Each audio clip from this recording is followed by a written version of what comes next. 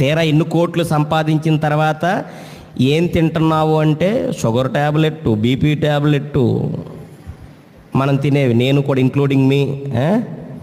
Including మీ మనం తినే భోజనం ఇంతే. ఏమైనా 2 స్వీట్లు ఎక్స్ట్రా తిందామా అని ఆలోచన చేస్తే తినడానికి లేదు, షుగర్ అని గుర్తు చేసేది ఆటోమేటిక్గా మైండ్.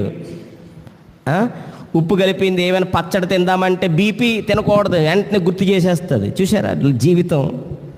ఈ కోట్ల మీద మనసు పెట్టి కోట్ల ఆస్తిని సంపాదించగలిగే ఈ దేహంపై మాత్రం మనసును కేటాయించలేకపోతున్నాం. ఈ దేహం చేరాల్సినటువంటి, ఈ ఆత్మ చేరాల్సినటువంటి స్థలంపై మాత్రం మనసును కేటాయించలేకపోతున్నాం. అందుకే కోట్లు కాదు కావాల్సింది గుణము. గుణము, మరలా చెప్తున్నాను, గుణమును మించిన సంపద మరొకటి లేదు.